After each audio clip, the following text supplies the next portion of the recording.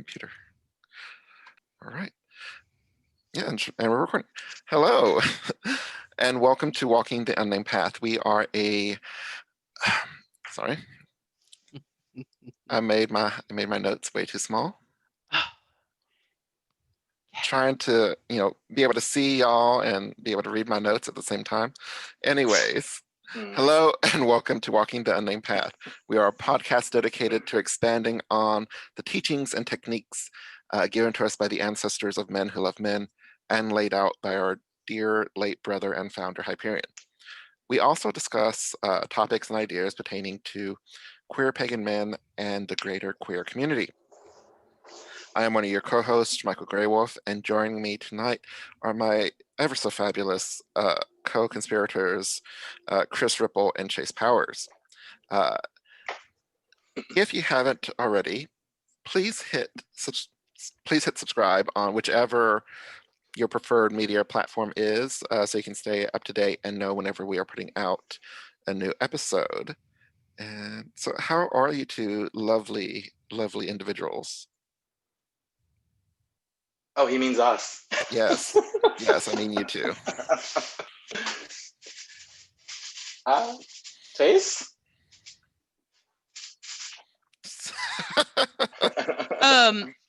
I am doing fantastically, actually. I had a really good, relaxing holiday. Got to spend it with people that I care about a lot. And I just finished a 2-week-long challenge, I guess. It was originally a post by Jason Miller of performing an act of sorcery every other night for 2 weeks. And it follows the order of the planets by their order in the celestial spheres, as it were, instead of like days of the week. But you start on a Monday and you go every 2 weeks, or every 2 days for 2 weeks. And did it with one of my partners and with another of our unnamed path brothers. And yeah, good times. It was a little challenging the first few nights to really get motivated to like, oh crap, I have to like I have to do all the setup and I have to do all the things. And then by the end of it we were like, yes, we got this. Like it's going, it's good. So yeah, that's probably the most exciting thing magically that's been going on. I got a bunch of new magical tools. Someone was getting rid of their partners or their former partners' old magical toolkit, I guess, that had apparently been sitting in his garage for 5 years. So we took it and gave it a good thorough cleansing and cleaning, because some of it was, brass, and sitting in a damp garage for 5 years, it was a little green in places that it shouldn't be. So, came home with like 3 cauldrons, some deer horns, all kinds of fun stuff. That's very nice. Hey. Wahaha, shiny things. Very cool. How long is this Jason Miller challenge that you're talking about? 2 weeks. 2 weeks. Oh, you said that. Nice. I guess I can probably find the blog link for it again. Oh yeah, please share. Yeah. This who is Jason Miller? Because the name sounds vaguely familiar. He is a author of several books on sorcery. Let me I know. If only there was a device which could tell me the names of the books, because my brain apparently went, yeah, this is the author's name. Book names? Oh, financial sorcery, protection of resources. Financial sorcery, The Sorcerer's Secrets, which is a really good one, by the way. Because I think I bought all of them. The Elements of Spellcrafting, which is really good, And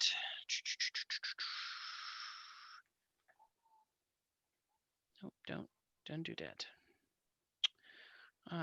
Protection and reversal magic, which is also really good. I enjoyed his writing style. It's very no nonsense, which is delightful. And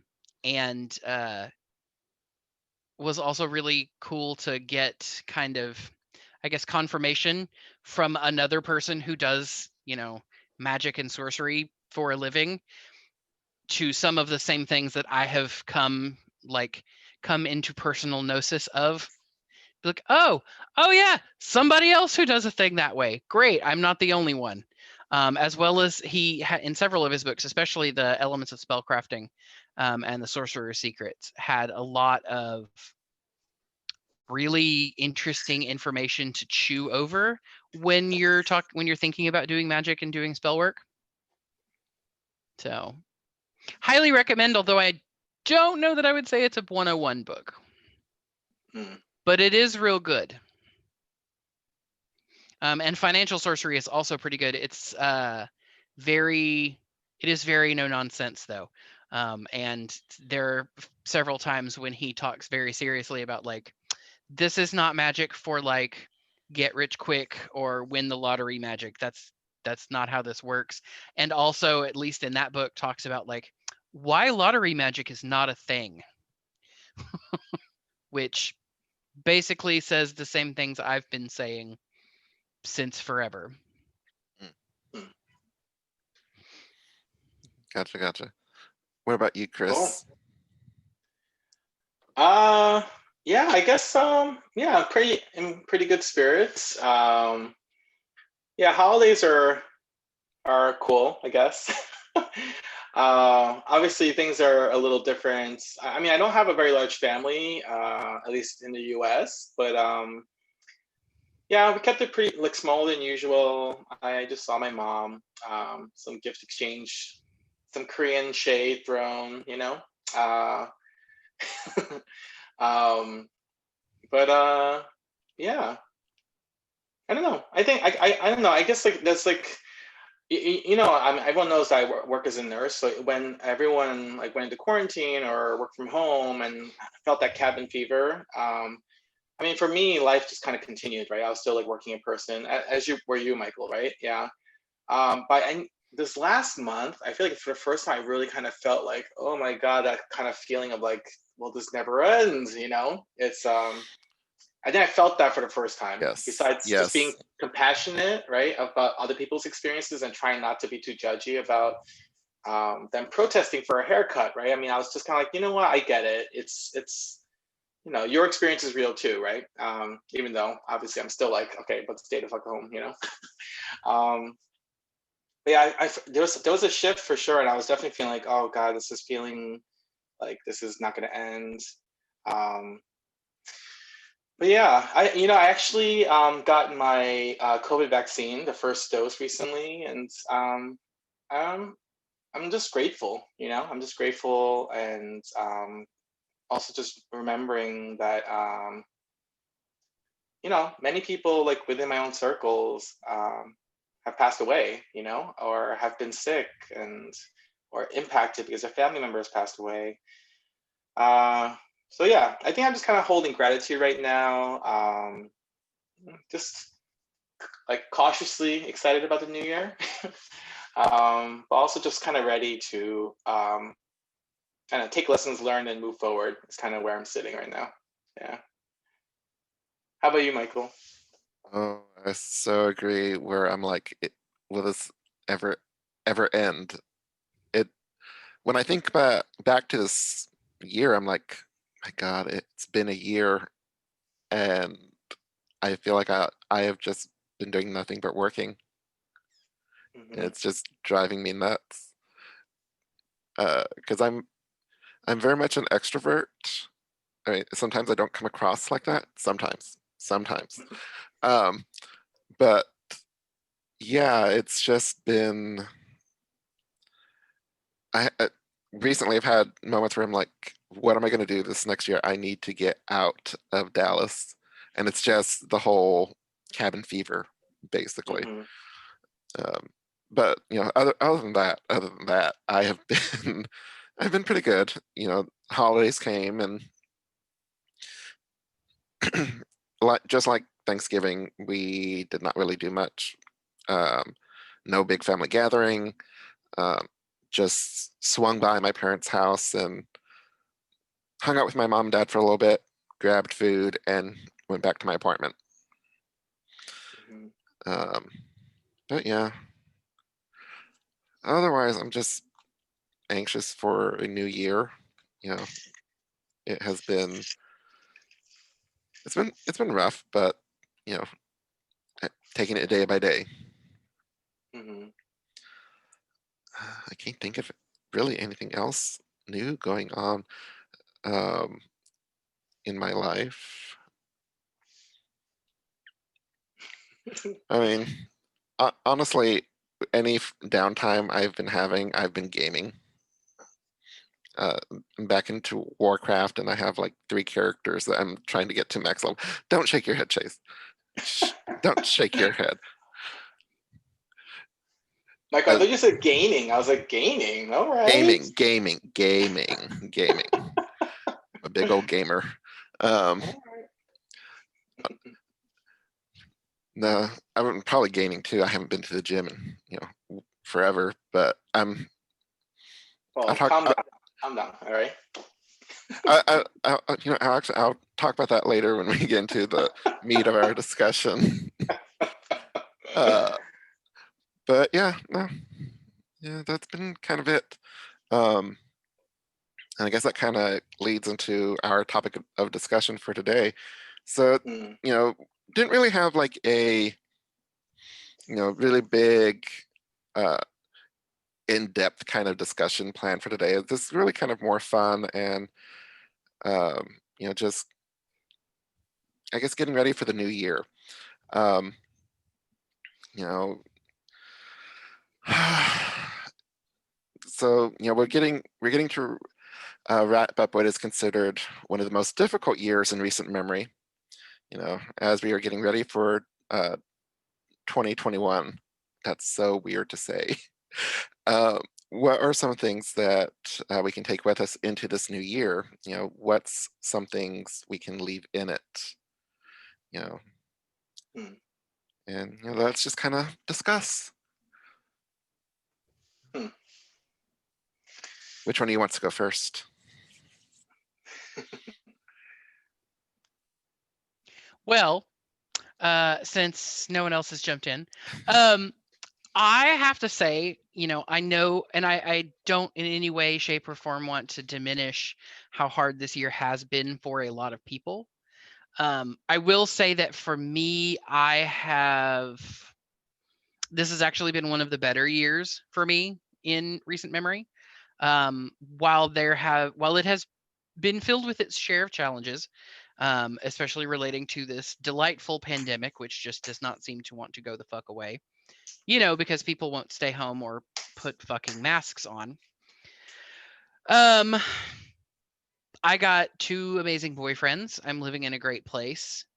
I still have a job. I am still gainfully employed. My job went out of its way to make sure that I would stay employed, in fact, when a huge number of the workforce that work for the company that I work for got laid off. So, I have a lot to be grateful for. And, that is something definitely that I'm trying to carry into this next year, is trying to maintain some gratitude for that, because,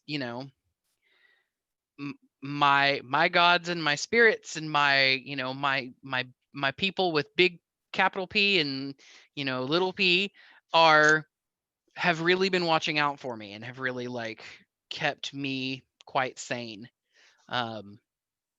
I know I am also really lucky that I had access to mental health services and healthcare, and had the money to actually take advantage of the healthcare that I'm paying for. So that's been really great, and should be something that no one should ever have to worry about ever. So like real talk, free fucking healthcare like needs to be a thing. But yeah, I think one of the things that I personally would like to leave in this, leave behind in this year is the Orange Menace and all of those who, worship at his altar. I kind of am, I've kind of become one of those people who is like, at this point, I don't really want to reach across the aisle and try to change hearts and minds because, like, these people have kind of made their choice. So, my philosophy on a lot of that, at least in the political spectrum, is I'm here to make sure that my people are safe and that as many of my people make it through healthy, whole, and sane. Well, as reasonably sane as can be expected anyway.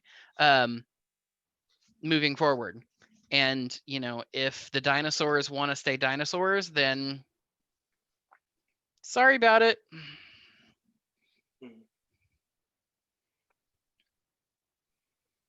I definitely am planning to go forward into this new year with a lot more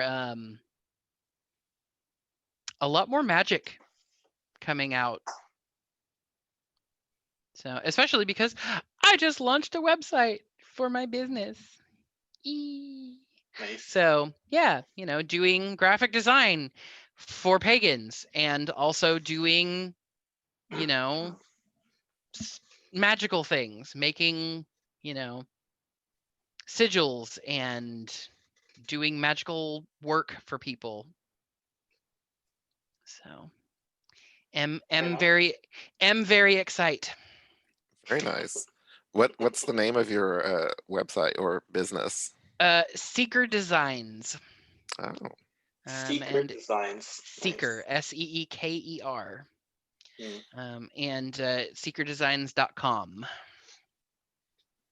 oh, It looks very bare right now because I'm still building it, but it has been launched.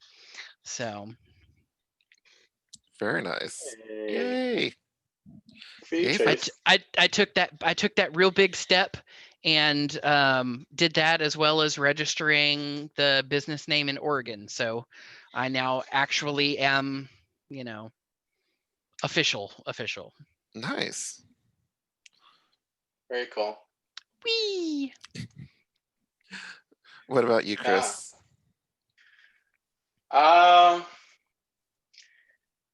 Gosh, I think Chase, you bring up a really good point. This idea of like gratitude, right? I think that yeah, I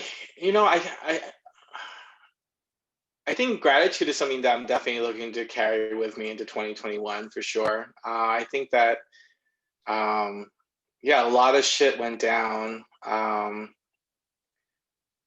And like we saw a lot of ugliness, and a lot of, well, some of us saw it for the first time. Some of us saw it becoming public and just more out in the open. So there was a lot became very visible or very like proudly displayed, So it's yeah, I think for a lot of people it was jarring or just almost like I don't know. I feel like a lot of what we experienced in 2020. I don't know. I feel like I had those moments when I was like, wow, surprised, right? And then I also had those moments when I was like, well, it's about time that this is like publicly displayed. And also those moments of shock when like something that I would see seemed to be received with surprise and like so it's like all that, like I feel like 2020 was a lot of like pulling like the sheet away, right? A lot of like really overt ugliness, overt hate, even just like the clinging to the clinging to like disparaging beliefs, right? And even hurt, like harmful beliefs, and just the absence of a communal mindset. You know, I feel like a lot of that came up and became like really visible. Um, so, which I'm not necessarily mad about. You know, I actually like this. Like, I feel like there was like strength in like being able to really see it in that way, and to I don't know. It was somehow like empowering to see folks like speaking up against it like very publicly too. You know. Uh, yeah. Gosh, I mean, as far as things to leave behind, I think what maybe one thing I would want personally to leave behind is um, uh, maybe I'm not quite at where Chase is as far as the whole reaching across the aisle thing and like talking, having these conversations. But I think one thing I'm really looking to leave behind is um, I don't know, I guess defaulting to not rocking the boat, you know? I feel like many folks use that as like a defense mechanism and just to stay safe and not to um, bring attention to yourself sometimes, you know. So for at least for me, I don't know. I feel like as a community, it's kind of like someplace where we can't go back underneath the sheet, you know. I think there's still a risk of that happening, but then I feel like that's one of the lessons I would want for us to carry into 2021. Just like we can't go back to ignorance. Going back to the normal is not an option, you know, because normal honestly wasn't great, you know. Like normal, right? Pre-COVID normal was not great. It was actually just very polite and maybe like safe for some folks, but not for others, you know. Um, yeah, and obviously the takeaways, right? The organizing of people that happened, um, the taking up of the mic of people and speaking up, and I feel like all that's something that we can benefit from carrying into 2021. You know, I feel like, you know, during these moments, I definitely saw a lot of ugliness, but I also saw some amazingly beautiful humanity. You know, as cheesy as that sounds, but and I feel like that's something that's, you know, worth honoring and remembering, and definitely like trying to like carry in, because it's like COVID's not going away on January 1st. You know what I mean? It doesn't work that way. It won't be like go away like a miracle. You know, I mean that's not happening. I mean, if it did, I wish, you know, if Trump were right about that, then that'd be amazing. But no, that's not how it's going to happen, unfortunately. Um, yeah, yeah. I don't know. I feel like not going back underneath the rock is kind of what I would say is I would want to carry into 2021. You know, and like it's just compassion for each other. Yeah. Fair. um, Votes. yeah. Although, just to be clear, this is not a push on like folks that hold Chase's point of view to like you must reach across the aisle, and like I'm not necessarily holding that position either. I feel like it's like the no, and my priority is my safety and my people's safety is totally like legit. You know, I feel like people have capacity in each moment to do certain work, and if you're very clear about where you're at, then more power to you. You know, yeah.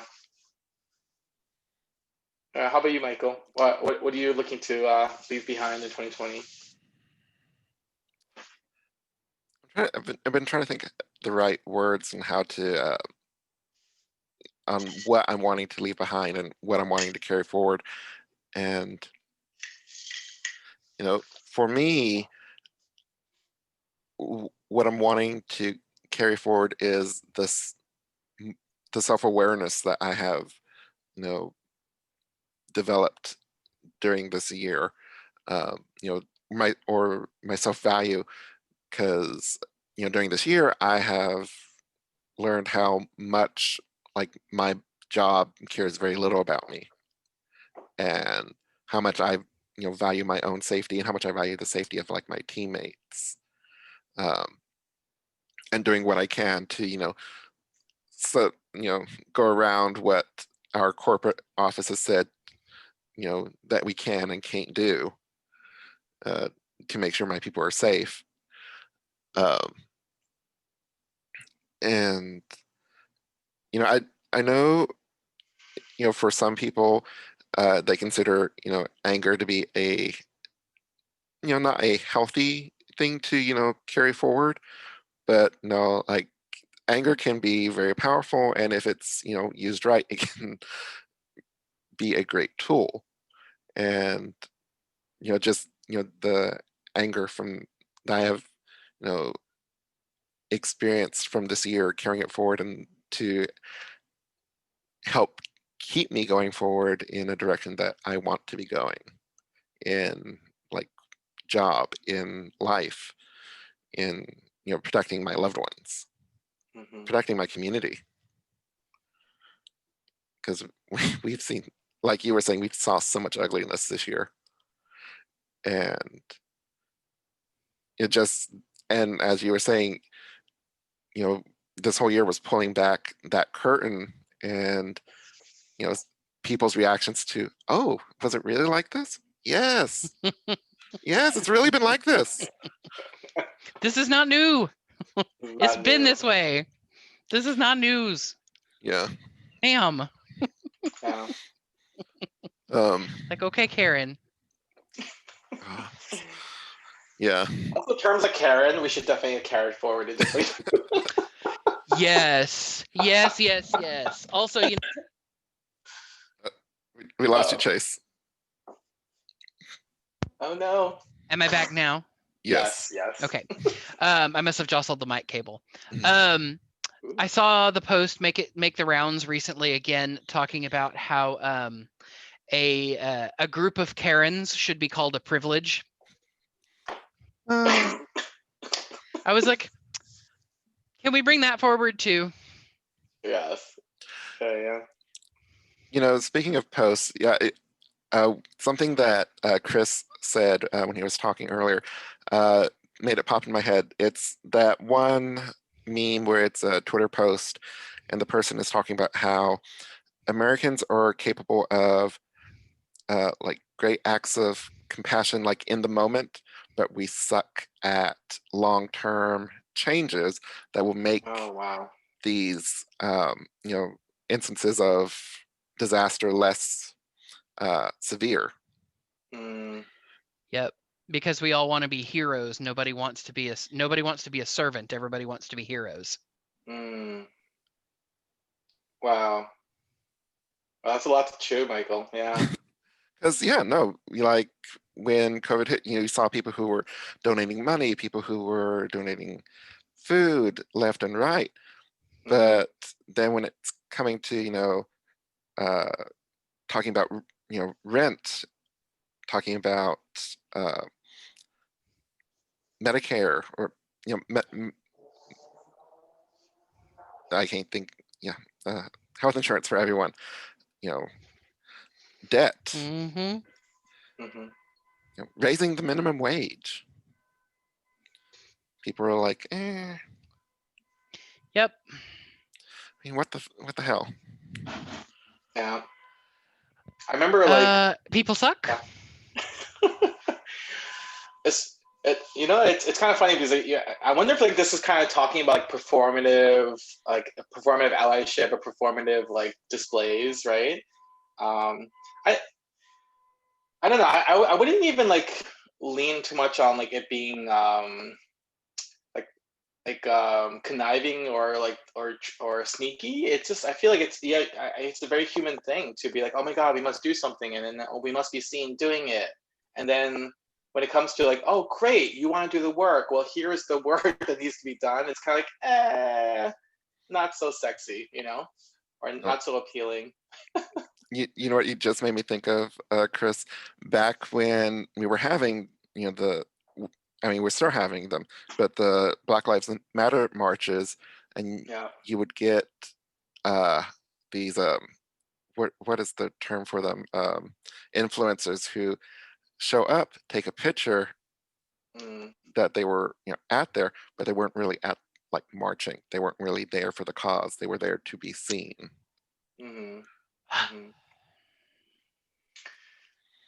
Yeah. It's like one of those things where it's like, and then if you are like calling in, right? Maybe not calling out, but if you actually are calling in folks that like you see doing this, then you get like, stamped as like just like a negative person, or Or a hater. Or a hater, right? Yeah, absolutely. Yeah. I mean, Michael, you mentioned like the food donations, right? And like, and then like Chase, you mentioned we're, being gainfully employed and being grateful about that, right? It's like, so again, like me as a nurse, I was working. I never once missed a paycheck during this year, unlike many people in this country, right? And like and again, I don't want to sound like ungrateful, right? I was, very moved by all the food donations that happen at hospitals, right? And then obviously added convenience and added all these things to our lives. At the same time, like we didn't need the food. Let's be real, like we did not need the food. What we needed is people to like take this like pandemic seriously. We needed people to like respect people that they're meeting in the service industry, right? We needed people to be like prioritizing their lives and prioritizing community over self-comforts, right?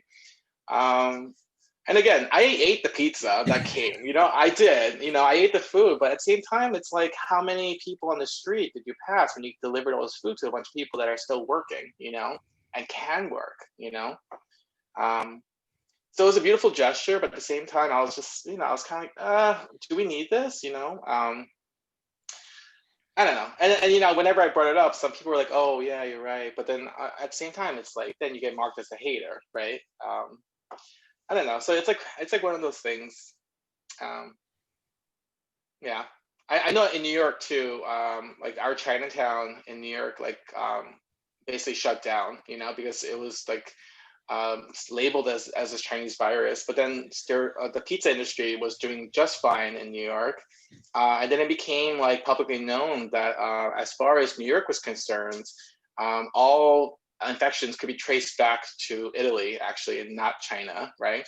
But the pizza industry was doing just fine. Meanwhile, like all these business owners in Chinatown, all these Chinese takeout places, they basically, like there was no Chinese takeout in New York City for a solid like 2 months. Like we all rejoiced for our like bastardized General Tso chicken. Like when it finally came back, like no, there was no one that wasn't happy about it, but yeah, just like all, even the outpouring of humanity and support was also imperfect, and it's something that we need to look at and explore and not forget, yeah. And hearing about your experiences, Michael, with your employer, I'm just cheering you on, but I'm just like so angry for you. And I 100% agree that anger is not in any way. I feel like anger, like any other emotion, can be destructive and hateful and hurtful, but it could also be very, very healthy. I feel like anger is an appropriate response when your humanity is being like challenged that way. Yep. 100%. Anger, like every other emotion, is information. Yeah. If you are angry about something, it means that there is something that needs to be changed. Yes. Yeah. Sometimes yourself, right? I mean, I don't think in this. Yeah, totally. In this instance, I don't think it's you. Also true. Yes. Yeah. There's always witchcraft. True. True. I love you, Chase. I'm just saying, look, historically, that is what it's for. Historically, it has been used as a way to level the playing field between people who have power and people who don't have power. Which is one of the reasons why it's always been deemed so dangerous by the people who have power, because holy shit, these people could take our power away. Yeah. Just saying. Yeah, very much agree. Very much agree. Um, Are you two like do you two usually make like New Year's resolutions, or is that like not like your jam? I made a New Year's resolution when I was 14 years old that I would no longer make New Year's resolutions, and so far I've stuck to it. I mean, Awesome. I have up to like a couple years ago. I used to do well, especially when I got into witchcraft and whatnot. Depending on like what the year ended in, I would write that many resolutions and then burn it. Um, Wait, you would write you would write as many resolutions as there like are if it the was number of the if it year? was like 2007, I'd write 7 resolutions. Oh, If okay. it I was, think you wrote no, 2007 I am resolutions. I not was like, writing 2000 damn. resolutions. Fuck that. Overachiever much, and I'm the Virgo. I Whatever. was gonna say, I was like, No, no, no. no, no, no, no, no, no. Mm, So, yeah, I'm with Chase on this boat too. I don't mind this idea of like taking a moment in your cycle to like explore and to look back on lessons, but I really don't like doing it for New Year's Eve because I feel like it's definitely a swell of energy towards this. Let's change, but then there's an equally strong like energy drain that happens when everyone's like, meh, and It's they're the like, end of the never year. I'm mind. tired. Yeah. Yeah, exactly. It's like, oh, I'll do that tomorrow. And then like, it's like, okay, I said no more donuts, but I just had one. And oh, you know what? I'll start next month. Oh, never mind. Let's do next year. So I usually do something like more of like maybe my birthday, or I use like this is the one time I actually use the lunar calendar more than just like holidays. I would actually use that energy around the lunar calendar. So I have less of like normalizing, just like letting go of these goals. But yeah. Oh, Yeah, that's but what I should. 2000 resolutions, Michael. No. no, no, no, no, no, no, no, no. Oh no, no, I no. mean, I knew he was an overachiever when he got initiated, but damn. Don't make me reach through this computer and smack you. I know. Anyways, I mean, yeah, I used to do resolutions. Now I kind of do like, which is, I mean, it's still basically a resolution, but I set a couple of goals I want to achieve within the year. I don't do like a list or anything like that. But if I'm wanting to work towards something, I will put that, the new year energy towards that. I think that and much like that, I think that it's a lot more appropriate to set goals for the new year than it is to set a resolution. And while those might be kind of synonymous with people, it's not really. Like a lot of people use that New Year's resolution of I'm going to stop smoking. While that's a great while that's a great resolution, that's terrible magic.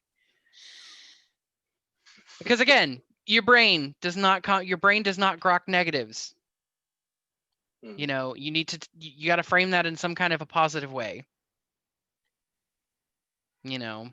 Instead of smoking, I would like to do blah. It's like when you do magic, you don't want to say I want to do magic to get out of debt, because you're doing magic to get more debt. I want to be debt free. Okay, you want debt. No, bad brain. But yeah, doing a setting of goals for the year is great. That's one of the things that's wonderful about some of the teachings that we do, is that goal setting exercise, right? Of, maintaining a list throughout the whole year of goals that you want to achieve, things you want to do, things you want to be, things you want to have. And I would say that this time of year would be great for like really looking at your goals list, taking stock of what you actually have achieved, and expressing gratitude for the things that you have achieved, taking a look at the things that you have not yet achieved and really looking at that and being like, why did I not achieve that? Is there a reason that I didn't achieve this? Is that reason more something that gets me to that stage is lacking, or is it that I don't really want that goal after all? And kind of, being able to make changes to that. I guess I should talk about that since people are listening and are going to have no idea what I'm talking about. And it's not really like an oath-bound thing. So, so one of the things that we teach throughout the courses is the making and setting of goals to do magic with. And essentially you create 3 lists of 10 things that you want to have, do, and be. And you want to try to make those goals short-term goals. So like, 1 to, now to 3 months. You want to have no more than 1 long-term goal in each, which is like a year or more. And then, you can shuffle in medium-term goals, which would be like 3 months to a year. So that you're constantly cycling those goals. And every time you achieve one, you cross it off and you make a new goal so that you always have things that you're working on. But certainly this time of year would be a great time to look at those goals lists and be like, did I really want to do this thing, or did I just think I wanted to do this thing? Or to look at a goal and be like, well, I thought that I would be able to get this done in 6 months, but I didn't manage it in a year. Maybe I should take a look at either reassessing that goal or breaking it down into smaller chunks, or deciding if that's a thing that I actually want. Because sometimes we make goals and they're things that we really think that we want, or they're things that we think that we really should want, that we really don't fucking want. So, getting rid of those undesirable goals is probably for the best. But, and also taking stock of the things that you have accomplished and really really looking at it, because sometimes it's really easy, especially in social media culture, to look at everybody else's life and think, God, what the fuck have I been doing? I mean, especially this year, like, for those of us who, have either been not working or have been working from home, to look around us and go, wow, I thought I was going to get all this reading done. Wow, I thought I was going to get all this other stuff done. Wow, I thought I was going to learn this new skill that I really wanted to pick up. I didn't fucking do any of that. Mostly, I played video games because video games made me happy. But look at some of the goals that you did accomplish, right? Like, man, no, I didn't read, 15 books this year. But you know what I did do? I started a business. Yeah, I didn't, yes, I didn't completely reset my wardrobe with, period authentic pieces. But you know what I did do? I finished a shirt, and it's wearable and it looks nice. And being able to be, wow, I did accomplish things. Set yourself that allow yourself that cookie, that good feeling, that little drop of serotonin in your brain going, wow, I really did accomplish some stuff. I love how whenever we talk about stuff in our own tradition, it's always a refresher for a lot of us. And I'm like, I need to go back and look at that list. Oh, honey, every time I teach a class, I have to go back and look at that list again, because it will have been 6 months since I looked at it again. I'm like, damn it. Go look at the list again. And sometimes I'm like, oh yeah, I totally did that. And then I'm like, oh God, I didn't do that. So. Yeah. I agree, Michael. Honestly, whenever we talk about anything about the unnamed path, I'm always like, oh yeah, I remember that lesson. I feel like this is something I've not struggled with, but personally, my default is so mundane. My default response to life and everything is very either just take a nap or just deal with it, right? So it would be nice to have that shift. It's slow coming, but yeah, little by little, just changing my response a little bit. you know, Yeah, I mean, and actually accessing the lessons that I learned, you know. I mean, we all process it at different speeds, but it's just, you know, you just know you have this info that you can always go back to. So, because we're on the topic of, you know, being at home and everything, I'm not sure if this is going to be reversed for you guys, which is why I unmirrored my video. Hopefully this comes the right way, but I just have to share this amazingly on point shirt that my partner got me this year for Christmas. Yeah, Jomo. Oh, oh, Nice. joy of missing out, feeling Yeah. content with staying in and Disconnecting. as a form of self-care. It's the opposite of FOMO. and an FOMO. It me. But you know, it's being able to look at yourself and what your needs are, and being able to really be like, oh, I do need to be able to just like stay home and not, you know, sometimes I just want to not. And Yeah. I think this year, one of the things that I really hope that people take into this next year is being able to like really state for yourself, like, no, I don't want to do that. I hope that we take from this year the word no. Like, as a culture. Yeah. Like, Yeah, oh, it's a you good want me one. to do such and such? No. That is over my boundaries. No, thank you. Oh, we don't like to come over and hang out. Absolutely not. Thanks. We're going to all go to grandma's for Christmas because we haven't seen her in 6 months. Abso-fucking-lutely not. Stay home.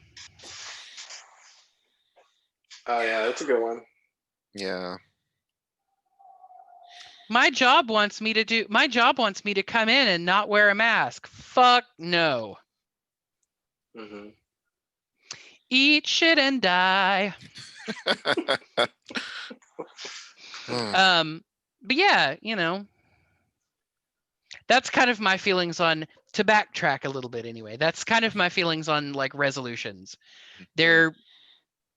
It's fine as far as it goes, but the problem with the resolutions is it's what most people run into with goal setting, is that they set these really big lofty goals and then they don't do anything to lay a foundation for them.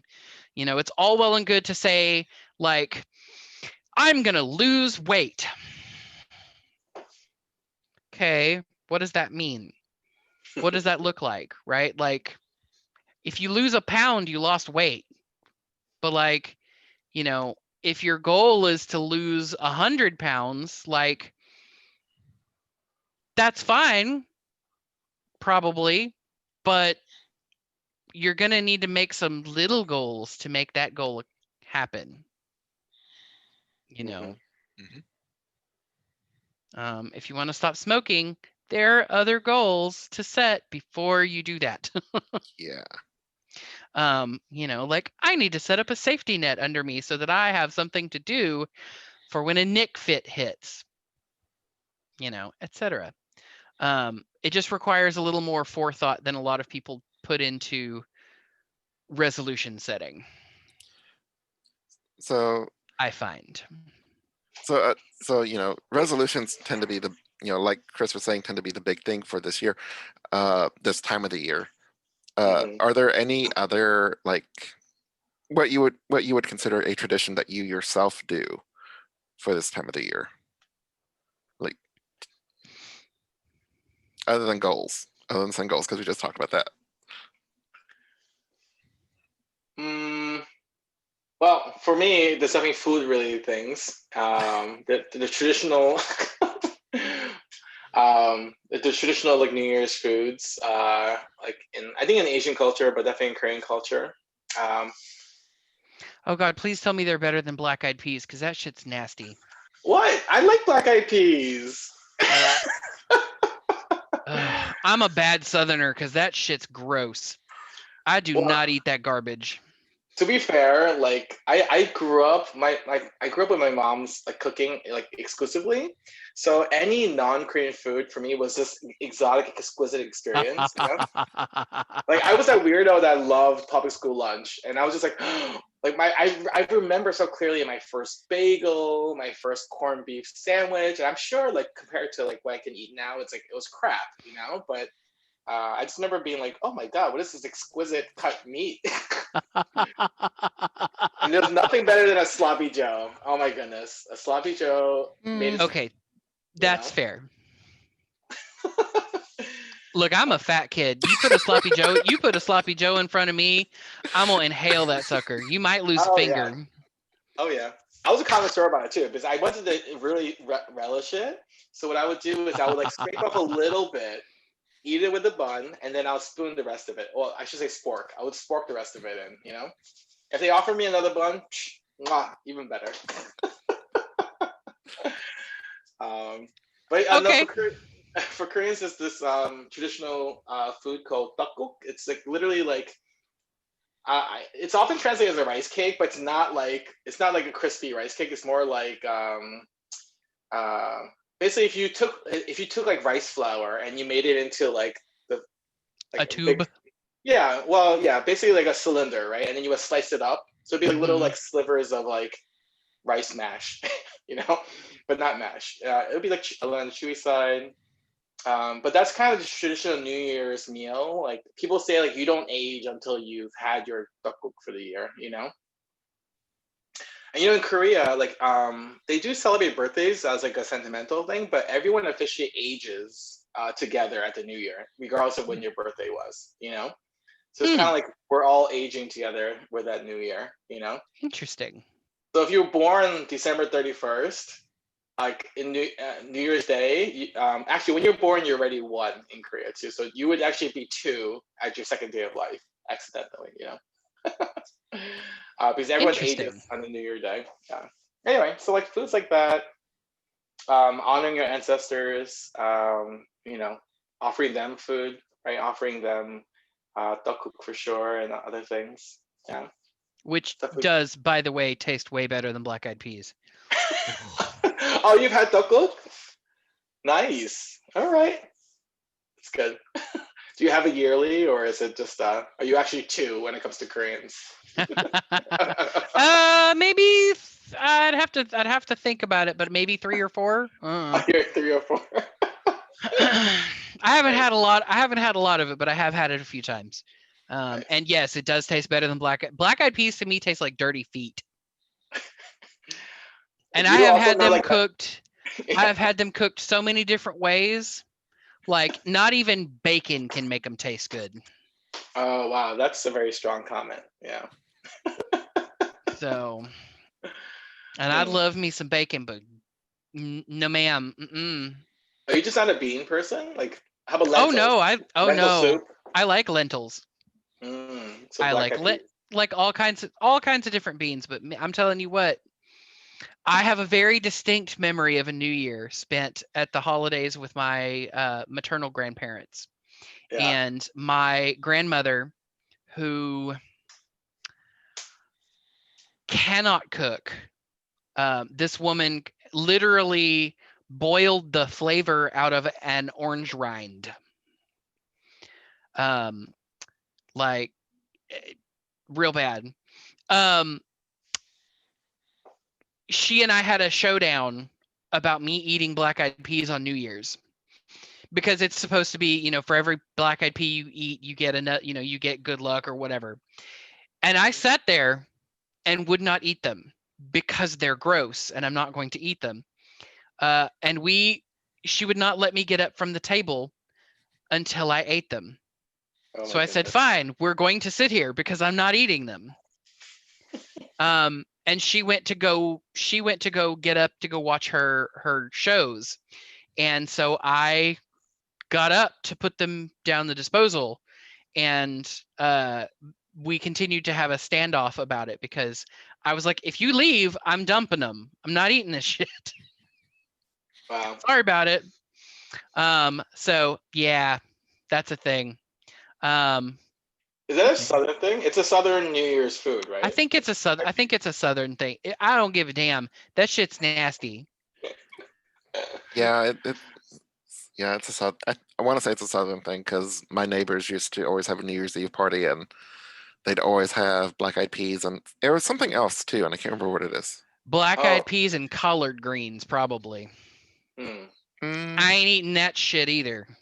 I don't think it was collard greens. I'm not sure. And there's so many different foods that are associated with eating around the New Year, and Yeah. it's all based on your culture.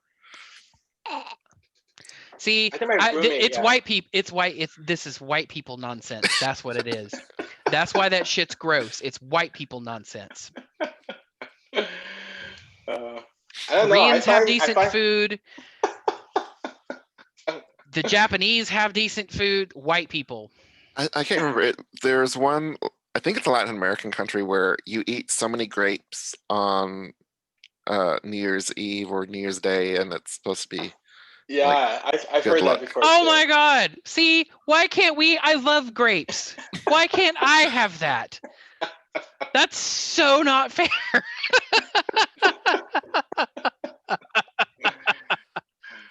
Fucking white people. Okay, to be Fucking white fair, people. Asians have to thank white people for mayonnaise and for cheese. And we took both of them to very weird places. You're welcome. Okay, but okay. However, Yes. I would rather eat Japanese mayo than American mayo because Kewpie mayo is tasty. I don't know what Koreans have done to mayonnaise. I don't know, but Yeah. also like I have watched enough Mangchi videos where I'm like, oh my god, that looks fucking amazing. I want it. Literally the only thing I don't like about a lot of the dishes that lady prepares is that she uses fish sauce and things, and I fucking can't. You can leave it out. As I've discussed, well, we made kimchi. Like we made a freaking gallon crock full of kimchi. Oh my goodness. But we used soy sauce and a homemade vegetable broth instead of kimchi, or instead of no fish sauce, no fish sauce, no fish, no shrimp, no meat, completely vegetarian. Oh, so vegan? Well, it'll be like a vegan kimchi then. Yeah. What did you use as a fermenting agent then? Was it the broth? Mm-hmm. Yep. Wow. Okay. It's real. It's real good. It was All real right. good. It's real good. Nice. You gotta send me some. What about you, Chase? Do you have any traditions that you do around this time of the year? Do I? Besides hating on white food. I mean, I do that every day of the week. Let's be real. Although I do like hamburgers, so I will claim like we did okay with that one. Like I feel like we've done okay with that one, but like I don't know. I don't know that I really do have a lot of New Year's things. I observe so many other holidays throughout the year that like New Year's for me has always been like a night off. I tend to look at like I honestly tend to look at Samhain as more of the New Year's for me anyway. Because that tends to be when I do the like ancestor veneration and then moving forward, right? So I don't really do a lot on New Year's. New Year's is always in years past. New Year's has always been the night that we go out to the gay bar and dance until our legs want to fall off. So, but I don't get to do that this year because everything's closed. Yeah. Which should be. Mm-hmm. So I don't Still know. Sucks. Yeah. Right? I guess I'm gonna have to go get some of that. Oh God, I can't think of the word now. Chris. No. You're the cake. The little rice cake. Oh, tteokguk? Thank you. Yeah. That. My Korean is I would massacre it, so is Not come on there. over. My mom is always happy to cook for my friends. She, She'd keep you happy. You could be like me, but proxy, you know? I feel like she would either be really happy or really upset because it would be either be, wow, that white boy is really eating all the food in the house, or man, that white boy is eating all the food in the house. No, she would love you. There's nothing better to do with a Korean mom than to eat their cooking, you know? She'll talk about me the whole time, though. It's kind of part of the deal, about how like amazing I was and blah blah blah, and all my achievements from like kindergarten. But you know, I mean, that I feel like that's kind of universal though, because my mom is exactly the same way. true. And she is definitely not Korean. So between offering food to all of the people that I've ever brought over and telling them all of the embarrassing stories about me. Yep. Always fun. Yep. How about you, Michael? You got any New Year's traditions? Well, one tradition that I started a few years ago, back when I was doing a podcast with my friend Dr. Susan, was I got this from her. She would choose or divine a word to carry into the new year, and it is a different word every year. And when I was typing up the notes that we have and whatnot, I was like, what was my word for this year? Because I started doing it too. And I go back and look, and apparently the word I chose was growth. Oops. Yeah.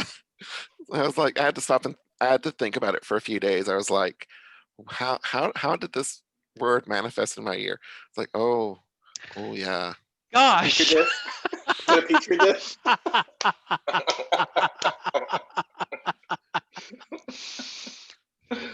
Yeah. It was all, it's all stuff that needed to happen and whatnot. But I'm trying to think. So I won't go into a lot of it because there was quite a few things. I was like, oh wow, yeah. But one of the things that manifested was, it was a growth in my how I viewed family. So growing up, sorry, I feel like I'm about to burp, and I know I'm not. I have like a bubble right here. Let it out. It's okay. Not on camera. Mute. COVID times. Mute. Then okay. burp. Then unmute. It passed. It passed. But so growing up, I was raised Baptist, and Baptists always taught kids, taught anyone who came into the faith that God comes before all relationships, including your family relationships. I know. And yes. And that was something I just couldn't do. Like, even at that young of an age, my idea of family was something divine. And I couldn't, there was no way I was going to, put my faith before my family. And at the beginning of this year, I had an instance where family put their faith before family. With my sister not wanting to recognize my youngest brother, who is a trans, and then that filtering into my nephews, who me and my brother both helped raise, not wanting to see him when he came to visit because he had started to transition more than he already had been. And so I haven't seen my sister or her family all year. I've made it a point to not interact with them because I can't. Because I was like, okay, you broke this this sacrilege. Like, our mother was always like, family comes first. Family is always going to be there for you. And then that happening, and my mother not getting onto my sister, not like being like, no, you can't do that to your brother. I was like, okay, I see a lot of this is, I mean, I don't want to say it was just talk, because there's still, she, it does see family as always coming first, but coming first to her point, basically. Um, so that was a growing, that was some growth for me. There's like, okay, yes, my family is important to me, but they are not the center of my world, or they shouldn't be anymore, because family will let you down. The only perspective I have to offer on that Mhm. is that's one of the great things about being queer. We get to choose our own families. We get to choose our own families. Mhm. We get to define what that means for us. Yeah. And I had said I was going to talk a little bit about, because when I talked about not going to the gym and whatnot over the last month or so, and this is some growing that is still in the process, is coming to terms with, okay, why am I working out? Why am I wanting to lose weight? And coming to terms with how I feel about my body. So it's still a process. I still have moments where I'm like, God, I'm so fat. And being like, okay, wait, is that I am healthy? Yes, I could be a little bit more healthier.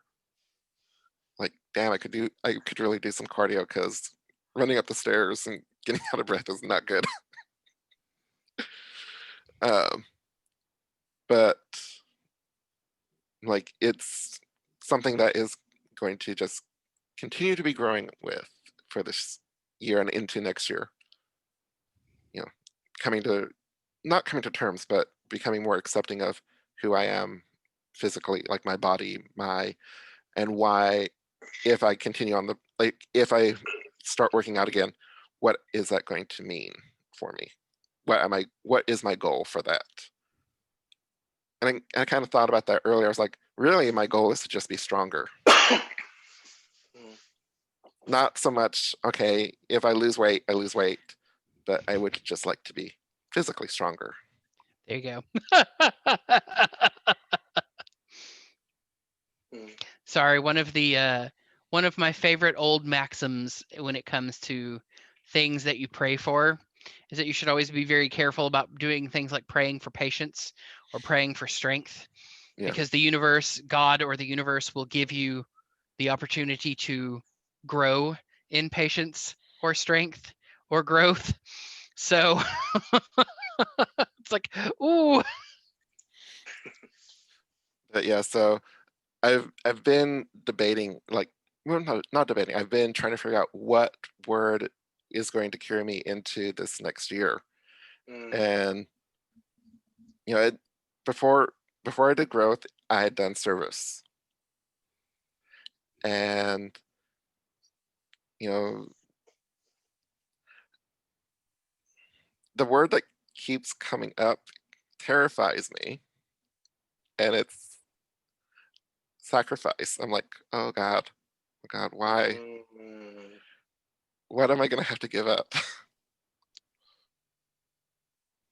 And I kind of have a feeling I already know what it is. So I'm like, But yeah, that is the word that just keeps coming up whenever I think about what word am I going to carry into this new year. Sacrifice. Yay. I'm not, I'm thrilled, but I'm also not thrilled. Michael, I'm not sure if this is for you, but when you said sacrifice, like the image I got was sacrificing your chains, and that moment, and then also like, why does the release from chains feel like a sacrifice, So that whole piece, as opposed to like, oh, I really love this thing, but now I got to give it away, but like kind of letting go or sacrificing. I don't know how do chains benefit you? You know what I mean? For me, it just feels like this idea of like comfort and like knowing, or even not having autonomy can be very comfortable sometimes, you know? Mhm. So take it or leave it, but that's something that just kind of, Yeah. when you revealed your word. I will definitely think on that. Thank you. Awesome. And I think something that most witches or magic practitioners tend to do around this time of the year is also do like a divination to Mhm. carry into the new year. Yay. And into the notes, in what I had planned for us to do today, I had said, if you want to, we could do a quick reading, like individual reading, like you do a reading for yourself, like, one card draw, one rune draw, whatever, or Ooh. however Why you don't we want. do it for each other? You want to do it for each other? Yeah. I mean, when you read for yourself, that's like, whatever. That's just like, Okay. We can definitely do that. I was gonna say that's just foreplay, but I feel like foreplay is not a bad thing, It's actually quite lovely. So, but I meant it in the colloquial sense. yeah. So who all is wanting to do it? Well, I have a bag of runes right here. Okay. Ooh. I also have like, well, I have my unnamed path runes. Mhm. I don't know. Wait, so are we doing for each other? Or are we doing for just general community? Let's do it for each other. For each other? Okay. Are you all also like working on the runes, or I also have this Oracle card deck too. I actually grabbed my Halloween Oracle deck. Ooh, okay. All right. How about this? I'm gonna for my reading, whoever the unlucky soul is, I'll do one unnamed path rune, and then I'm featuring. I actually got this new Oracle card deck called Morning Calm Oracle. It's actually made by a Korean shaman, so I was like super excited for representation, which is awesome. But it's been quite moving. Yeah. Who wants to go first? You seem the most excited, so I say you go first. I just want both of you just to read for me. I wanted to be all about me, really. All right. Well, who wants to? All right. Who am I reading for?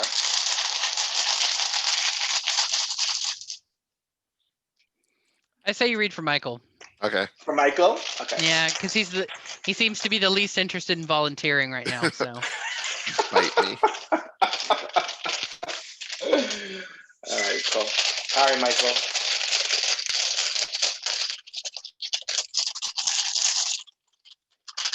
So, first one.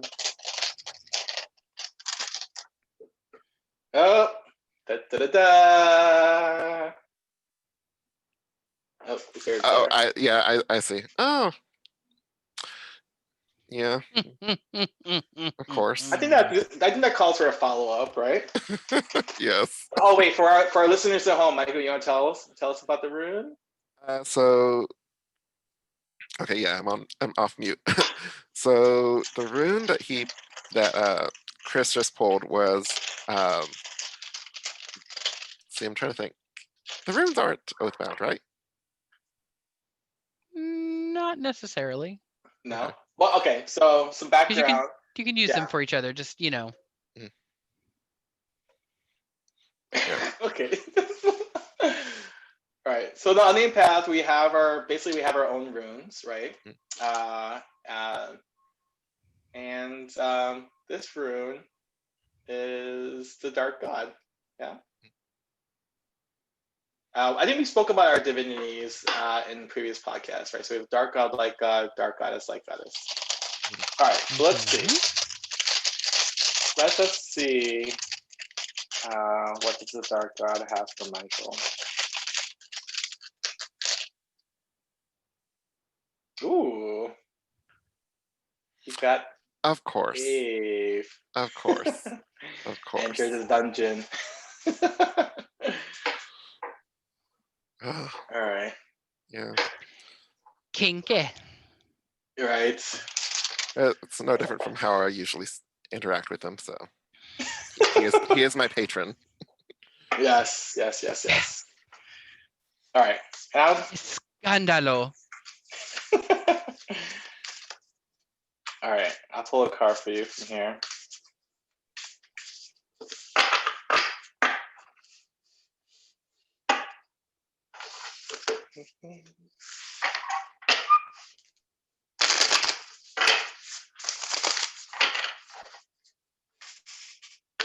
So you said you got that deck recently. Where did you get it from?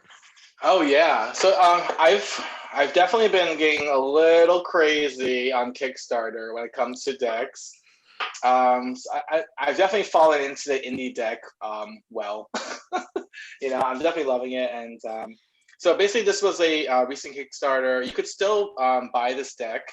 I guess it's not really well advertised, but I mean, I guess what what is it after Kickstarter? Like kickback or? If you basically search Morning Calm Oracle, oh wow. All right, so the card I drew for you is called Family.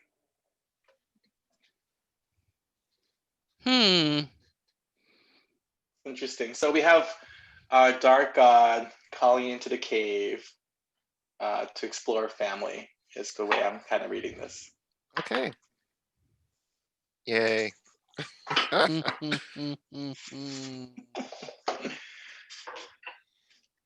right. All right, do me.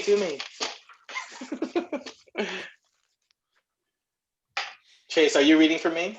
Yeah, sure, why not? Yeah, Chase. Yeah, we'll do Chase reads for you, and I'll read for Chase. Okay, yeah. We'll just keep it a circle jerk, Oh, honey. Oh my. So I'm just gonna use regular tarot cards because Oh yeah, please do. that's generally what I prefer reading others with is tarot. I usually use my unnamed path runes for myself and for other things.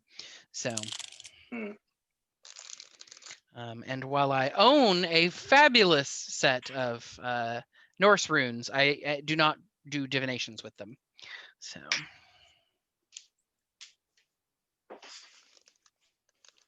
And your patron is the light god, yeah? it's true. Main patron of magic and prophecy. So what tarot deck are you reading from, Chase? Oh yeah, please. I am actually reading from a. Oh gosh, what is it? Well, I was going to read from the Rider White, but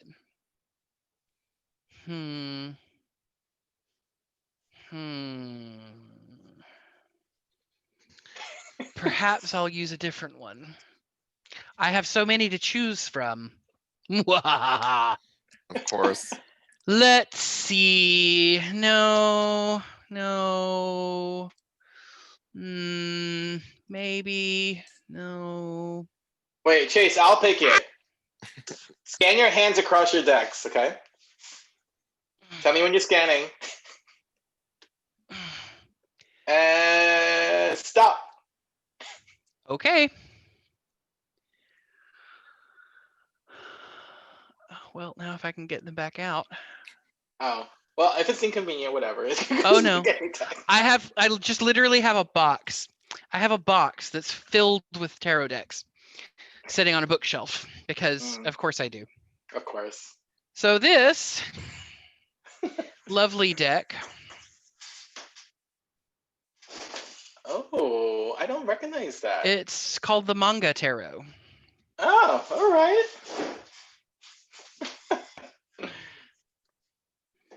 Why am I not surprised that you have the Manga Tarot? For example. Ooh. Come on, focus. Don't focus on my face. Focus on the card. Come on, you can do it. Let's see. It's like, no, there's a face here. I know it. Oh well. Webcam problems. Because every now and then I would go to our local bookstore, Powell's, and they have a cabinet full of tarot decks, and I was like following my fish as I walked through the store one day and went, ooh, what's that?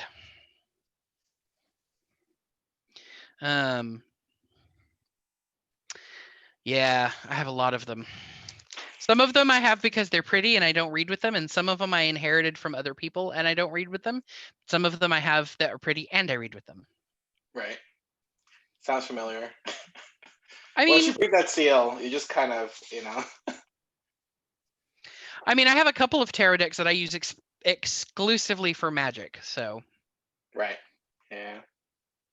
All right, let's see here.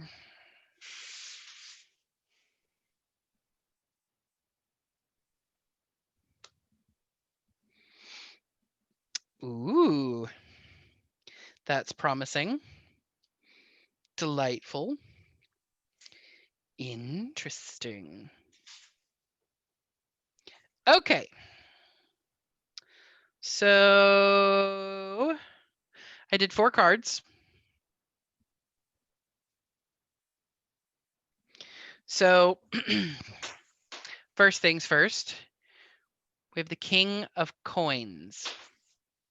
Mm.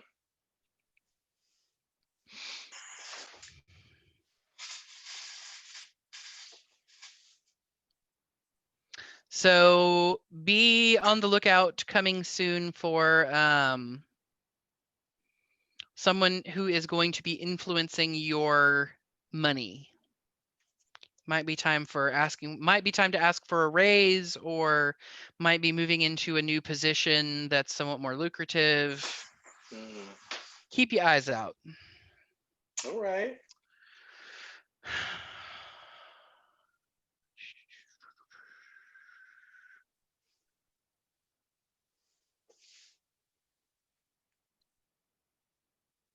So then we have the 4 of Wands. So this is in a position regarding air and airy things. Good times, actually.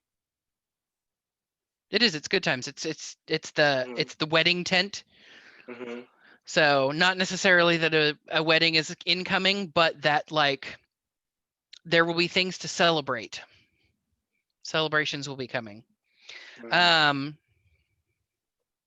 a position of water. It's interesting that these like lined up pretty well too. In a position of water, you have the Queen of Cups. Ooh.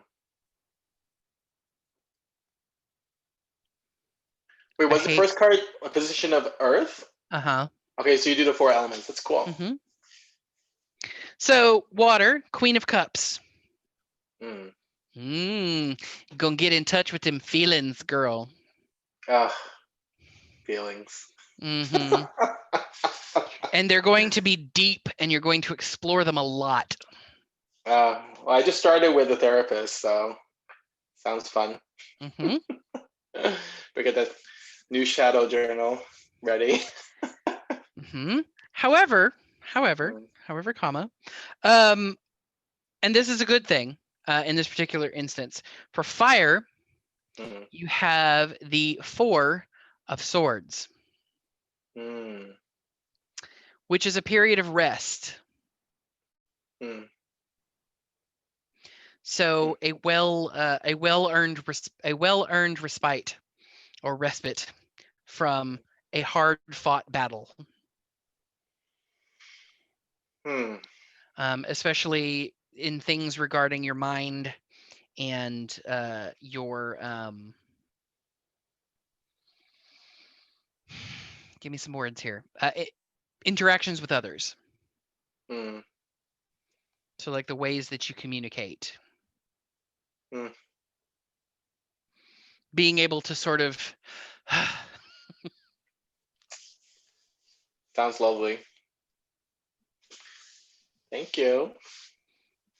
Yeah. All right, and I'm going to. Ooh, me next. Yes. Girl.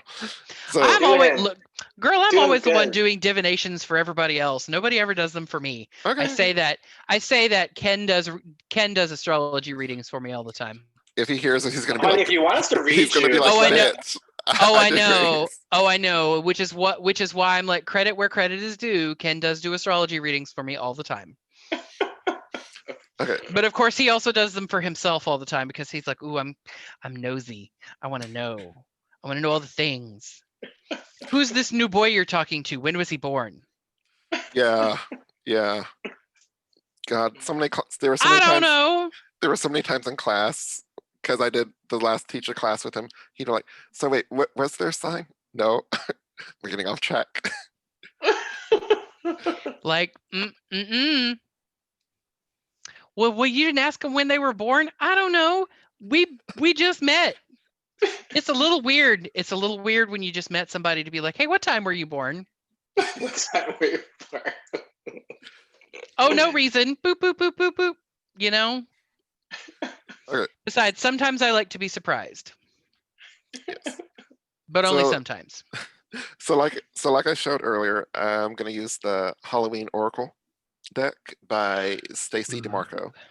I've had this deck for a very long time. It was actually a gift from my ex, and I enjoyed this deck so much I kept it after the split. I know. I kept a couple things after the split. I mean, they were actually like heartfelt things. So I was like, okay, Anyways, so let us see. I was shuffling earlier, and I'm gonna do a little bit more shuffling real quick. I'm trying to do the Annie Lennox eyes, hmm where she just does the thing from time to time. Okay. Walking on broken glass. Annie Lennox cocaine eyes.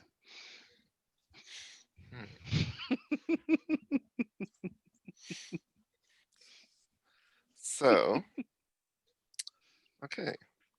I just got a card. I was like, I have not seen that card yet. I'm like, oh, that's an interesting card. Let me look that up real quick. You're using a book? Bite me. Hush now. You're not doing the reading.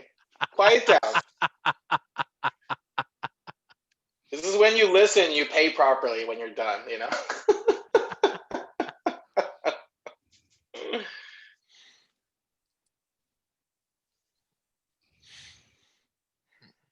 All right, Michael, you got me all up in suspense here.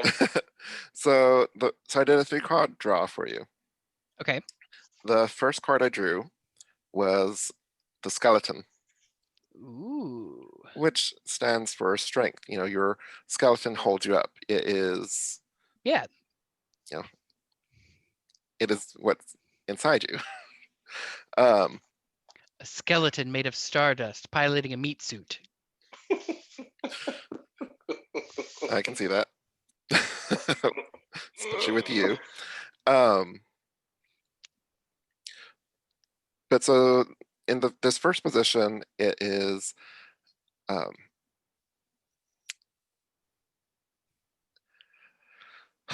it's the question, it's the issue. It's so you're probably going to have your strength tested. It's coming up soon. Yeah, like again. Oh, God, just what I always want.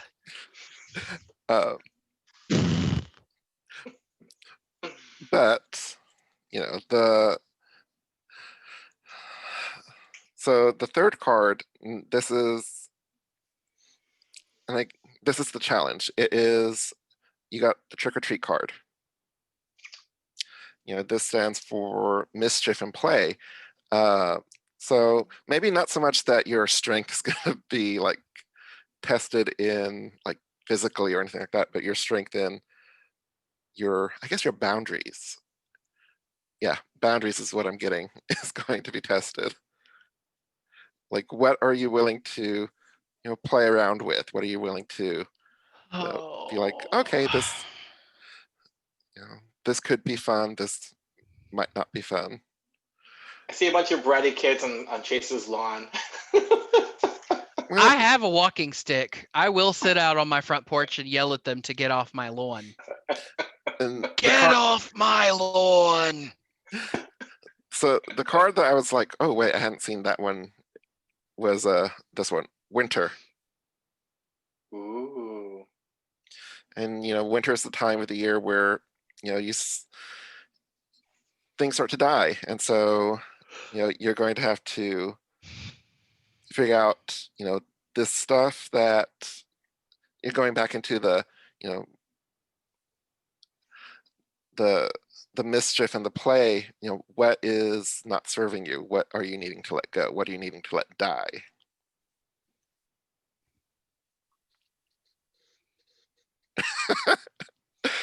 This is a terrible reading. They're not All right, always Michael, say fun. something positive. Say something positive. They're not always fun. Right. Where's the positive? Where's the solutions? I taught you better than this. Fine. One more. Oh, I guess so. I was like, one more. You get the dawn. The light at the end of the tunnel. Woohoo! Aw. Basically, you're gonna spread your wings and fly after you're being tested. That's fine. I can work with that. We fly at dawn. I don't know if I want to work with that, but I can work with that. Sounds like a very real reading. Knowing this one, yeah. Right. Like, oh, this is great. This is great, you guys. My 2020 was so great. 2021 is going to test me.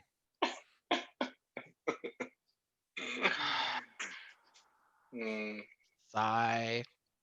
Mm-hmm. Oh, well. So, That's what the world's for, isn't it? Yeah.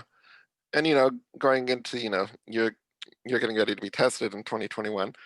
What are some things we're looking forward to besides besides that as we get into this new year?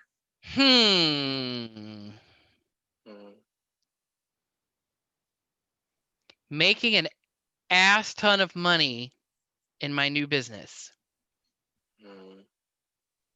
Donkey ass or like buttocks ass? I don't know. Specific. A bunch. A bunch. Nice. Enough. How about you, Michael?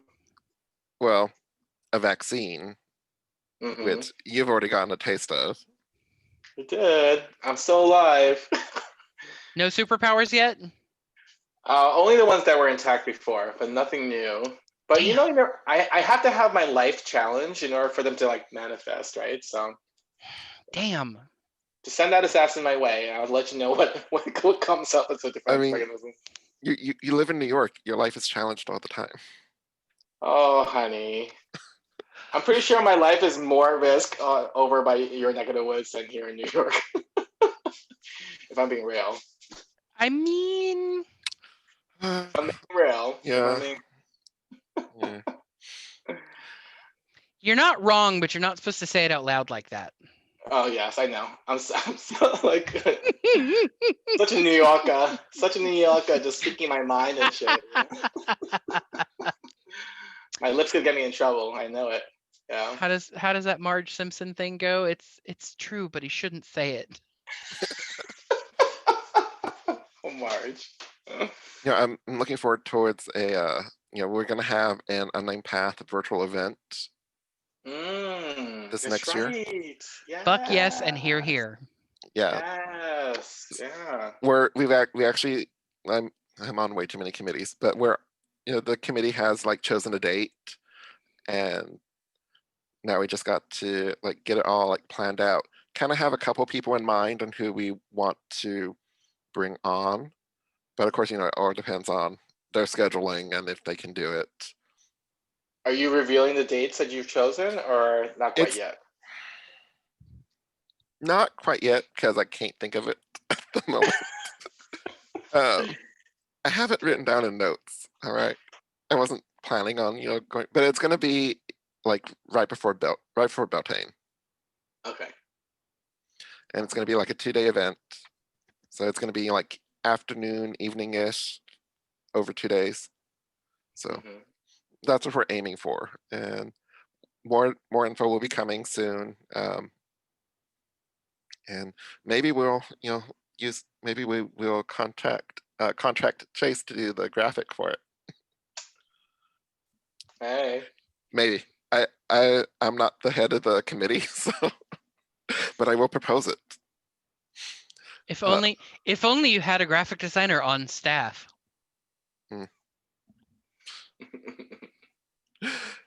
Anyways. Tisk. God, you're getting to travel again this near. Maybe.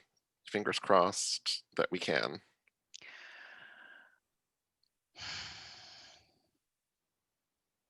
Yeah.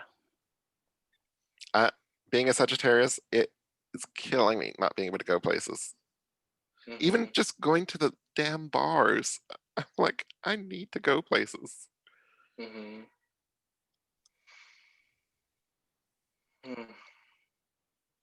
mean, I know what I miss right now. Waiting to what? Dick.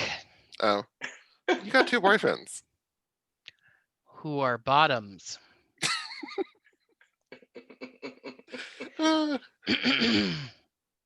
love them very much. They're amazing. You need to get like a custom like 3-ended dildo. Something. That'd be interesting. That would be very interesting. It could be like a one of those those Bobby horse things at the playground, Oh my god, a seesaw? Not a seesaw, bitch. Oh, honey, I know what a seesaw is. Okay, I know what you're talking about. That humongous spring. The humongous thing that has a little thing on it. You just kind of go. It's like a horse or a duck a or hobby whatever. horse. Yeah, that thing. Oh, those are called hobby horses? You nasty. You nasty. And you should be ashamed. I will just respond by quoting the sacred Margaret Cho. If you're brave enough, anything is a dildo. No. You work in a hospital. I will also quote the immortal Margaret Cho and say that I do not have the square footage and I am not a quitter.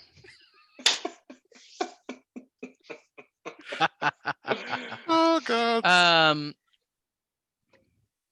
No, but I am looking forward to being able to see people, to see my people. There are certain people here in Portland especially that like I really miss getting to like just go hang out with and not have to think about like, oh shit, like have I been around anybody in the last 2 weeks that might have given it to me. I am looking forward to being able to be physically intimate with people who are not in my household again. Whether that be hooking up with or like giving somebody a hug and like hanging out on the couch together kind of thing. I am also looking forward to travel, but not really for the same reasons, I guess. I want my stuff. All my shit is still in Texas. And I can't travel there to get it, and my parents can't travel here to bring it to me. So, all of my witchcraft books and, all that kind of good stuff still in Texas. I am looking forward to I'm looking forward to getting to go out to eat. Yeah. Yeah. I'm not looking forward to the inevitable people not wearing face masks in public again because man, it's been convenient. Because I can just pretend like I didn't hear nobody. I don't have to talk to nobody. It's great. Oops, that bitch. Ooh, I didn't see her. It's also very helpful at work when like folks are being ridiculous. You know, you kind of hide your are you fucking serious face. You know, you just kind of like as long as your eyes are Yes. open, then you're basically okay. And I'm telling you, I spent the first couple of months of this year going back and forth to work in the office and having to wear a mask in the office. And it was really great because, we've talked about this before, but like I have a great customer service voice. My face, my face needs Jesus when it comes to customer service work. Like it is in the words of Julia Sugarbaker, that is not something that the women in my family aspire to. Miscongeniality. Uh, no, like it's really hard. And it was really hard for me the couple of days that I was working there behind a plexi screen where I didn't have to wear a mask because I had a few people who were being stupid and I could feel my face move. And I'm like, oh God, I'm going to go in the back right quick. I'll be right back. Because when somebody says something stupid and you as a customer service person's first reaction is to be like, Oh, God. Yeah. the masks are great. The masks are great. I'm looking forward to No, I'm not looking forward to. I'm loving the fact that when I go on meetings, I don't necessarily always have to be on camera. Mm. I'm not looking forward to having to have meetings in person. I'm loving currently the fact that so many meetings are just emails now. Yeah. Oh yeah. I remember when all that happened and people were like, so this really could have just been an email. Right? Like this meeting that you waste my life with 3 times a week could have just been an email this whole goddamn time. Great. Yep. I am looking forward to a continuation of the availability of work from home, both for myself and for people with disabilities or people who are not able to go into an office. The fact that now all of these companies have realized, oh shit, we actually can have our people work from home and them still be productive and happy and make us money. And it costs less to the And it company. costs less. We don't have to have a building. Less overhead. Yeah, absolutely. We don't have to pay to keep the lights on or keep the building warm. Yep. This company runs a server farm. Guess what we don't have to do now? Have 3 different zones for heating and cooling. We can just have the whole building be cold. Mm. Because we don't have people here going, I'm freezing, please turn the heat up. We don't have to spend money on lights. Yep.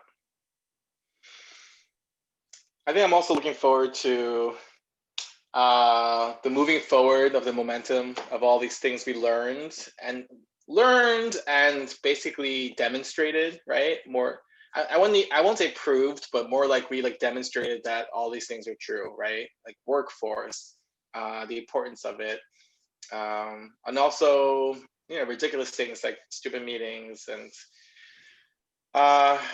I'm also, this might be a little optimistic, but I'm also looking forward to our leadership being held accountable for the heinous things that were performed. Yeah, so I want that at least minimally, at least in history books, right? I want that to be completely clear that so much of 2020 in a very, very real, obvious, like future generations will be like rolling their eyes at us and being like, wow, you all were like dumbasses back then way, that 2020 in a very real way was preventable, but we didn't do it.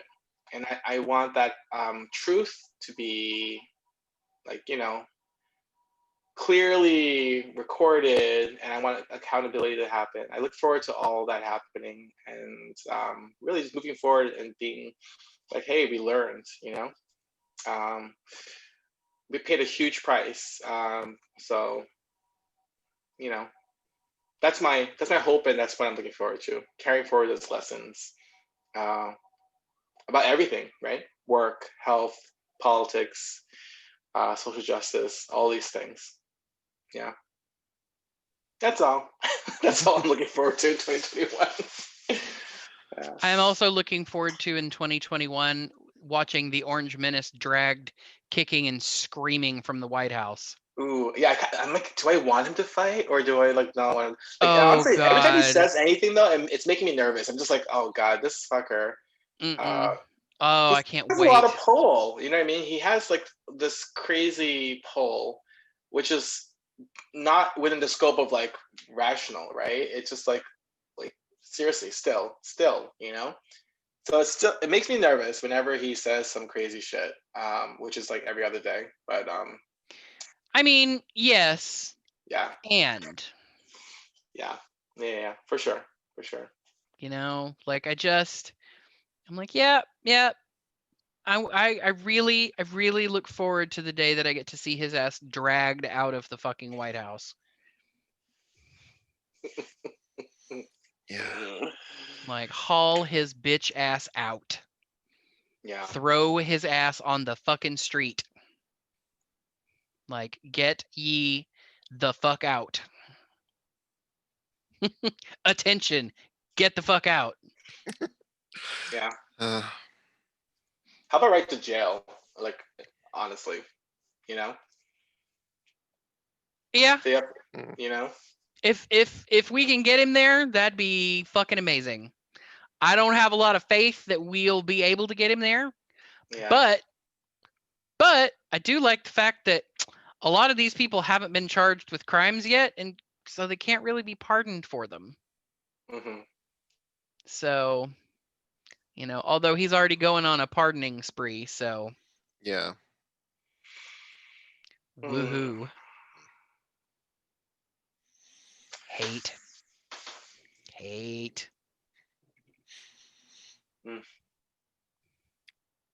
Shake the fist. Shake the fist.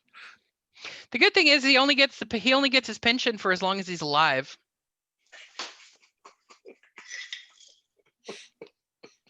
And he's so old and in such poor health.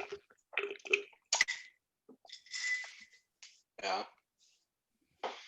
You know, going back to earlier when we were talking about things that carry forward into this new year, when we're just talking about, you know, Trump leaving office and whatnot, and how you had mentioned earlier, Chase, that, you know, magic has been used to level the playing field. You know, I'm looking forward to us carrying forward all the is it? I don't feel like saying political magic is the right term, but all this resistance magic being carried forward. You know, like with the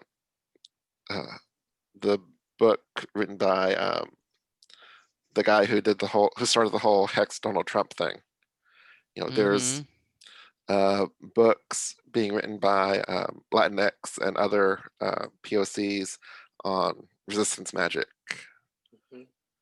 All this stuff that's been coming out of this horribleness and carrying that forward into this new year. Yep. I can't wait. I'm telling you. It's going to be great. It's going to be so great. But, you know, I'm trying to think. Anything else y'all want to talk about? Because I do have one last thing to talk about before we end. I hope very much that we are also able to carry forward our momentum on recording podcasts and getting more podcasts out and talking about more things and getting more listeners and having more of an engagement with people who listen to our stuff so that we can talk about things that people want to hear us talk about.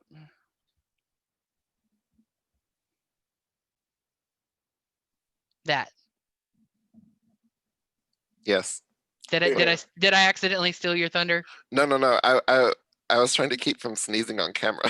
Oh, okay. It's like, let me Okay. get off this. I can't get off Okay. the frame. Okay. But Bless you, bless you, baby. it went away. What about you? What about you, Chris? I think that's it. You know, Okay. I honestly like, I'm generally like hopeful and optimistic for 2021. I'm not in the camp of like, oh, 2020 was just horrible, like, full stop, and anything will be better. I feel like we have a lot of work to do. But I feel generally hopeful about like where we're going. Um, yeah, let's see. Cautiously optimistic, I guess. Yeah, let it be. Let it be so. Yes. Yeah. Yeah. So, the last thing that, I want to end with is, this kind of goes back to when I was talking about, annual traditions around this time of the year. Mm. Um, I can't remember how long that we have, like, David's been posting this for us every year. Has it been just within the last 4 years, maybe? Possibly. Possibly. Maybe longer. I can't remember. Oh, yeah, that thing. Yeah. Yeah. Yeah.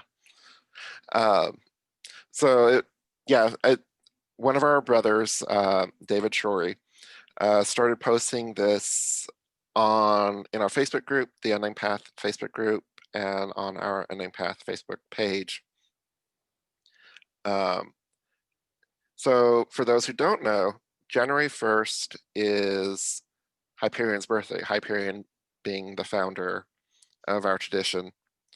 And this coming January 1st would have been his 45th birthday. And was it like basically 14 days later, on the 14th, we remember his death, which this will be the 7th anniversary of his passing. And so, during this 2-week period, it has become kind of a tradition to think about how the lessons of the Unnamed Path have informed and inspired us to action. Let me read what our brother David Shorey has written, because he also includes a message that he found from Hyperion. January 1st would have been the 45th birthday of the founder of the Unnamed Path and our dear brother Hyperion, Eddie Gutierrez. January 14th is the 7th anniversary of his death. During this 2-week period, I encourage everyone to think about how the lessons of the Unnamed Path have informed them and inspired them to action. Take this time to think about the year ahead and what you want to accomplish. And if you don't know how to do what you want, I encourage you to read this message from Hyperion and ask yourself why you want to do it. From our brother David Shorey. And this is the message from Hyperion. Here I am, up at 5 a.m. I have been awake since 4, and my mind has been all over the place. I decided to do some meditation work and speak with my spirit guides, and they gave me the information that I needed. And now I think I can go back to sleep after I've captured a few things here. I'm often asked, Hyperion, how do you do it? How do you find time to do all the things you do? How do you come up with these spiritual ideas? How did you get to the level of experience you have with your spiritual practice? How are you able to stay self-motivated? In the past, I tried giving people the Capricornian earthy answer of do this, then do that. And they were grateful for the information. Then, as people usually do with my advice, they forgot about it and went about their old habits of doing things. As a teacher, this is especially frustrating because you just want your students to succeed. But when they take your guidance, your assignments, and your words lightly, they often miss the deeper wisdom and experiences that lie beneath what you are saying. Ultimately, what keeps me up tonight is my own inability to just let go, release my expectations, and accept people as they are, a perpetual challenge for me. But to answer that question, I am so often asked, I think the question shouldn't be, how do you do it? So much as, why do you do it? Because in this case, the why of my actions serves to motivate the how part. Why do I structure my life in such a way that my spirituality is at the core of it? Why do I take the time out of my day to not watch as much TV and instead do a shamanic journey, or contact the spirits of the dead, or journal, uh, or journal about the spiritual ideas coming to me? Why do I pore over books and repeat magical techniques over and over until I have it down? Why do I take the time to light a candle in the dark and sit in quiet contemplation with my gods? Why do I make the effort to get in my car and drive 2.5 hours out of the city to wander in the woods, tread a mill, and merge with the spirits of the land? Why do I go on? Why do I put on my cloak on the dark moon and head to the cemetery with nothing but a few cents in my hand? Why do I take the time to sit in front of a microphone, record my babblings and put it up on the internet where anyone can listen to it, or for that matter, criticize it? Simple, because it makes my life more meaningful. It gives me the firm understanding of what my role is in the world, something so many people yearn for and never discover. It gives me personal experience of what my gods are like instead of handed down fairy tales that lend nothing more than a curiosity feeling of them. It helps me know who I am and my relationship to the gods, something few people truly understand. This knowledge, this wisdom, is that which cannot be taught with words. It can only be experienced. It can only be stumbled upon during the cosmic search for understanding. It has been said that it's been the journey, not the destination, when it comes to spirituality. In my opinion, it's actually about the rocks you stub your toe on in that journey, and the beautiful smelling flowers you come across, the feeling in your calves as the path starts to incline slightly, or the quality of the sun's light at 10 a.m. versus 4 p.m., and the sound of a furry creature bouncing through the dried leaves. If you want your life to be more meaningful, if you want to understand what it is, if you want to understand who you are, if you want to understand your role in it, to paraphrase Orion Foxwood, then you make the effort to challenge the illusions that common existence offers you. You create the motivation to peel back the layers of ordinary drudgery of waking up, punching your time clock, doing something stupid for 9 hours, then going home, rinsing and repeating, in order to find the deeper meaning of what it signifies to be alive. What is life? What the fuck does it mean to truly be alive? Why? Why are going through these experiences? Why are you going through these experiences? Doesn't matter how you live it. Is one way of living it better than another? What do you gain or lose by making certain choices in life? What is the big picture like, and how do you fit in it? And why are you any different or unique than the billions of other warm-blooded ants roaming this earth? These are answers that our spirit craves for, yearns for, and that only you can discover is you create the motivation to find these answers. Sorry. So, Hyperion, how do you do it? Simple. It's not how I do it, it's why I do it. And once I know why, the method of how it can be done will manifest itself. I love you all very much. Blessings, Hyperion.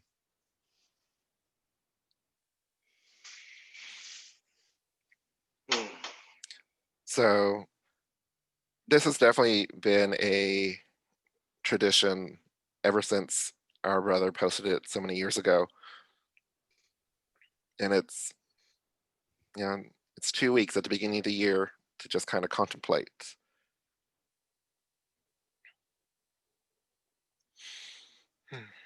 And I can't think of anything else to talk about tonight. Other than find your why. Yes. Well, Yep. you know, so I guess we're going to come to a close. You know, we have given our listeners so many things to think about. This has been a long episode. I have loved every minute of it, but this has been a long episode. But as we come to a close of the show, we want to thank everyone who is listening and in some cases watching, because I will put this video up at some point. We hope you will continue to walk this path with us. Please leave a rating or comment and let us know how you like this episode or how you like the show in general. If you'd like to get in touch with us, you can email us at walkingtheunnamedpath@gmail.com. You can hit us up on Twitter at walking_the UP. And of course, you can find us on Facebook at facebook.com/walkingtheunnamedpath. Is there anything else you guys think of? I mean, I had one thought. So for those who were fans of the original Unnamed Path podcast, there was an episode where Hyperion talked about having T-shirts for the Unnamed Path. We still have those. You can still purchase those. I'll include the link in the description for this if you're someone who is interested in, buying a T-shirt for our tradition. All the money goes towards, keeping the websites up and going and whatnot. And we may in the not too distant future have some new merch up there. Chase is actually maybe working on a few things to go up. So it's great what happens when you have a graphic designer on staff. Yes. And it's great when you have access to all the stuff that you didn't have access to before. Also true. Yeah. And the reason I became a graphic designer was because of Hyperion. So it feels especially appropriate. All right. Well, I love you both. Thank you so much for spending some time with me, and thank you to our listeners who have spent this time with us. So I guess blessings and see you next time. Bye. Bye. Bye.